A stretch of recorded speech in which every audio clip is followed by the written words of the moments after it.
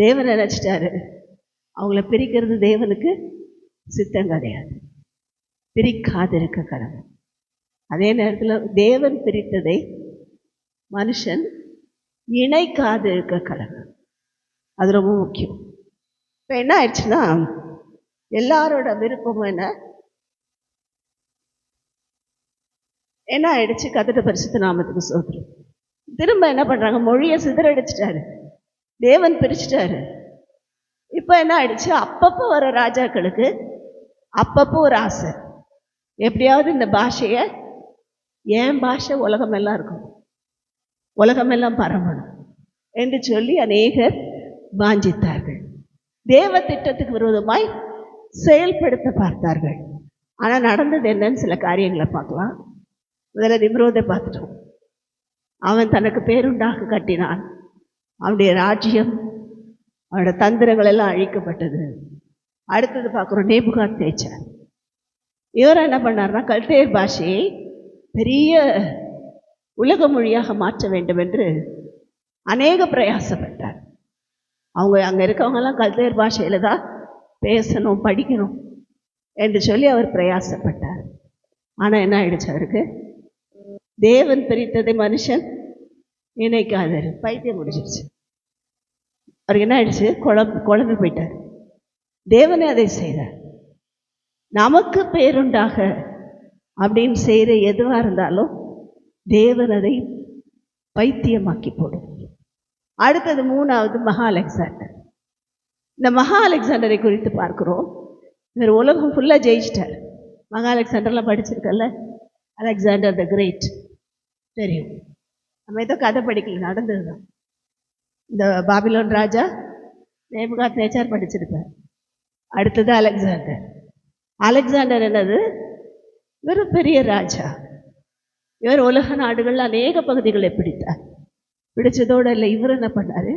கிரேக்க பாஷையை எல்லா இடத்துலையும் பரப்ப பிரயாசப்பட்டார்.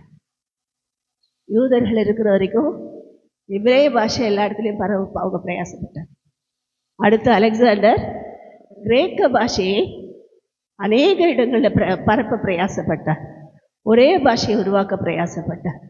ஆனால் அவரோட ராஜ்யம் அழிக்கப்பட்டு போனது. அவருக்கு பின் வந்த 4 ஜெனரல்களும் அந்த பாஷை நிமித்தமாக மாத்திரம் இல்லை, அவள் அநேக தாறுமாறுகள் நிமித்தம் அழிக்கப்பட்டு சிதறப்பட்டதுன்னு தெரியும். அடுத்து வந்து பெரிய சாம்ராஜ்யம் ரோம சாம்ராஜ்யம். இந்த ரோம சாம்ராஜ்யத்திலையும் ரோமன்ஸ் அவங்களோட லாங்குவேஜை நிலைநிறுத்த பார்த்தார்கள். ஆனால் என்ன ஆயிடுச்சு? அவர்களுடைய காரியங்களும் அழிக்கப்பட்டது. அதோட பெருசு. இப்போ கூட நம்ம என்ன பண்ணுறோம்? லெட்டர்ஸ் எழுதுகிறோம்ல, Roman letters number 1, 2 Roman letters எழுது. ஸோ அவங்களும் அவங்க பாஷையை பரப்ப பார்த்தார்கள். ஆனால் அவங்க ராஜ்யமும் அழிஞ்சு போச்சு. தேவன் சொன்னது கடைசியாக இப்போ வந்திருக்கு மனிஷ் படிக்கிற சப்ஜெக்ட் ஏஐ. என்னது ஏஐ? இந்த ஏஐங்கிறது என்ன அர்த்தம்னா ஆர்டிஃபிஷியல் இன்டெலிஜென்ட். அதுவே ரொம்ப அறிவாளி, அதுவே எல்லாம் பண்ணும். எத்தனை பாஷை கொடுத்தீங்கன்னாலும் அது சொல்லிடும். நான் இது முடித்ததுக்கப்புறம் ஒரு வீடியோ போட்டு காட்டுறேன். அந்த வீடியோ பார்த்தீங்கன்னா தெரியும். ஒரு லேடி அவங்க கையில் ஒரு பொம்மை போல் வந்து நிற்கிது. கம்ப்யூட்டர் ஹோலோகிராம் என்று சொல்லப்படுகிற அந்த காரியத்தில் ஒரு பொம்மை போல் வந்து நிற்கிது. அது கொஞ்ச நேரம் இவங்களை அப்சர்வ் பண்ணுது. அவங்க பேசுகிறதெல்லாம் அப்சர்வ் பண்ணுது. கொஞ்ச நேரம் கழிச்சு அவங்கள மாதிரி அங்கே போய் நிற்கிது. அப்படியே மாறிடுச்சு. அந்த வீடியோ போட்டு காட்டு. அப்போ அவங்களாவே மாறிடுச்சு. இவங்க ஜப்பானில் பேசினா அது இங்கிலீஷில் டிரான்ஸ்லேட் பண்ணுது. இவங்க வேற ஒரு பாஷையில் பேசினா அதையும் டிரான்ஸ்லேட் பண்ணுது. அது ஜப்பானும் பேசுது, எல்லாம் பேசுது. அவங்க நின்று வேடிக்கை பார்த்துட்டு அவங்களுடைய உருவத்தையே பார்க்குறாங்க. இதுக்கு பேர் தான் ஹோலோகிராம். இதுதான் இப்போ அந்தி கிறிஸ்து பயன்படுத்த போகிற ஒரு பெரிய ஆயுதம், இந்த ஏஐ. நிறைய பேர் இப்போ ஏற்கனவே கூட சொன்னேன், ஒருத்தவங்க மறிச்சிட்டாங்கன்னா அழலாம் வேணாம், அவங்களே இறங்கி வந்து பேசுகிற மாதிரி ஹோலோகிராமில் செட் பண்ணிட்டா போதும். அப்படியே அவங்க இங்கே நிற்கிற மாதிரி இருக்கும், நேராக பார்க்கலாம். அவங்க எங்களோட பேசுவாங்க, இவங்க கேட்கறதுக்கு அவங்க பதிலும் சொல்லுவாங்க. பேசுறது மட்டும் இல்லை, இவங்க கேட்கறதுக்கு அவங்க பதில் சொல்லுவாங்க. அவங்களுக்கு என்னெல்லாம் பிடிக்குமோ அதை சொல்லுவாங்க. இப்படி இந்த கருவி எதுக்குன்னா தேவனுடைய காரியங்களை சிதறடிக்க ஒரே பாஷையை கொண்டு வருது. ஆனால் இதுவும் என்ன செய்யும்? கடைசி காலத்திலே நிர்மூலமாக்கப்பட்டு போகும். இன்னைக்கு தேவன் சொல்லுகிறது, பாஷையை கர்த்தர் தாறுமாறாக்கினார். திரும்ப அதை ஒன்றாக்கவே முடியாது. ஆனால் உலகத்தில் ஒன்றாக்க முடியாது. பரிசுத்த ஆவியை பெற்ற நமக்கு கர்த்தர் ஒரு வரத்தை கொடுக்கிறார். நம்ம பேசுகிற பாஷையை தேவ பாஷையாக இருக்கிறதுனால நமக்கு மாத்திரம் அது ஒன்றாகுது. நான் அந்நிய பாஷை பேசும்போது என்ன பேசுகிறேன்னா, தேவனோடு ரகசியங்களை பேசுகிறேன். கர்த்தருடைய பரிசுத்த நாமத்துக்கு சொல்றேன். தேவனோடு மகிமையான காரியங்களை பேசுகிறேன். இந்த வரங்கள்ல மொத்தம் 9 விதமான காரியங்கள் செயல்படுத்தப்படும். முக்கியமா முதல்ல வெளிப்பாட்டு வரங்கள், revelation gifts, revelation of gifts என்று பார்க்கிறோம். அதில் ஞானத்தை போதிக்கும் வரம், அறிவை உணர்த்தும் வரம், ஆவிகளை பகுத்தறிவு. இது மூணும் ஆவியானவர் மூலமாய் கிரியை செய்யப்படும். ரெண்டாவது செயல்பாட்டு வரங்கள், அது பார்க்கிறோம், ஆக்ஷன் கிஃப்ட்ஸ். அதில் குணமாக்கும் வரம், அற்புதம் செய்யும் சக்தி, விசுவாசம். கடைசியாக பேசும் வரங்கள், அட்டரன்ஸ் ஸ்பிரிட். அதில் பார்க்கிறோம் தீர்க்க தரிசனம், பற்பல பாஷைகள் பேசுகிறது, பாஷைகளை வியாக்கியானம் பண்ணுறது. இதெல்லாம் எதுக்கு கொடுத்தார்? இந்த வரங்கள்லாம் ஏன் கொடுத்தார்? வெளிப்பாடு, ஞானம், அறிவு, ஆவிகளை பகுத்து ரொம்ப முக்கியம். ஆவிக்குரிய வாழ்க்கையில் ரொம்ப ரொம்ப முக்கியம். ஆவிகளை என்ன பண்ணணும்? பகுதியில் மாட்டிக்கும். சடாரே எல்லாரையும் நம்பிடக்கூடாது. அவங்களுக்குள்ளே இருக்க ஆவியை டிசர்ன் பண்ண கர்த்தர் நமக்குள்ள ஒரு ஆவியை கொடுப்பார். பரிசுத்த ஆவியானவர் சொல்லுவார், இவங்க பேச்சு சரி கிடையாது, இவங்க நடக்க சரி கிடையாது, விட்டு விலகுவார். அப்போ உடனே விட்டு வெளியே வந்துடும். இதெல்லாம் ஆவியானவர் கொடுக்குற வரங்கள். குணமாக்குகிற வரம் நமக்கு கர்த்தர் பரிசுத்த ஆவியை கொடுத்துருக்காருன்னா நாம் கை வச்சு ஜெபம் போடும்போது சுகம் வரும். இதுக்கு பாஸ்டர் தான் வரணும், ஊழியக்காரங்க தான் வர இல்லை. வரங்களை கர்த்தர் பரிசுத்த ஆவியை பெற்ற எல்லாருக்கும் கொடுக்குறார். அப்போ போய் ஜெபம் பண்ணும்போது அற்புதம் நடக்கும். விசுவாசம், இந்த விசுவாசம் கூட ஒரு வரம்.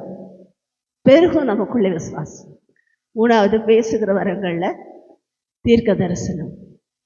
இது என்னது? இது ஒரு பெரிய சப்ஜெக்ட், இப்போ எடுக்கிறார். பற்பல பாஷைகள் பேசுதல், பாஷைகளை வியாக்கியானம் பண்ணுதல். இது வரைக்கும் பார்த்துருக்கோம். இந்த பாஷையை நான் புரிந்து கொண்டு வியாக்கியானம் பண்ணுகிறது ரொம்ப ரொம்ப முக்கியம். பாஷை பேசுகிறது மாத்திரம் இல்லை, பாஷையை வியாக்கியானம் பண்ணுகிறது எனக்கு முக்கியம். இங்கே பார்க்கிறோம், அந்நிய பாஷை என்ற வார்த்தை வேதத்தில் 4 இடங்களில் தான் பயன்படுத்தப்பட்டது. ஒன்று ஏசாயா 28:11, சங்கீதம் 114 1, ஏசாயா 28:11, 1 கொரிந்தியர் 12:30, 1 கொரிந்தியர் 13:8, 1 கொரிந்தியர் 14:2. இங்கே தான் பயன்படுத்தப்பட்டது.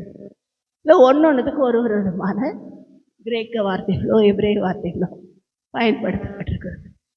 இப்போ இதுக்கெல்லாம் அர்த்தம் இந்த ஒட்டுமொத்த அந்நிய பாஷை என்கிற இந்த வார்த்தைக்கு அர்த்தம் என்னன்னா, புதுசாக கற்றுக்கிறோம். ஒரு பாஷையை புதுசாக பேசும்போது எப்படி பேசும்? ஒரு குழந்தை பிறந்தோடனே டைரக்டாக பாஷை பேசாது.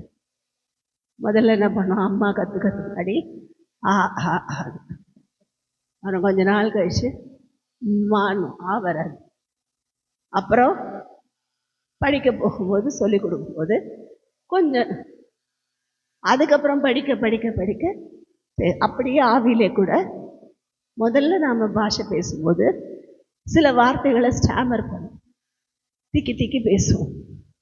சில வார்த்தைகள் வரும், ஆனால் அது அப்படியே இருக்கக்கூடாது. அந்த பாஷையில் வளர வேண்டும். சரளமாக பேசுகிற மாதிரி இருக்கணும். நம்ம அதுக்காக ஜெபம் பண்ணணும். நான் சரளமாய் வார்த்தைகளை பேச வேண்டும், சரளமாய் அந்நிய பாஷையில் பேச வேண்டும்.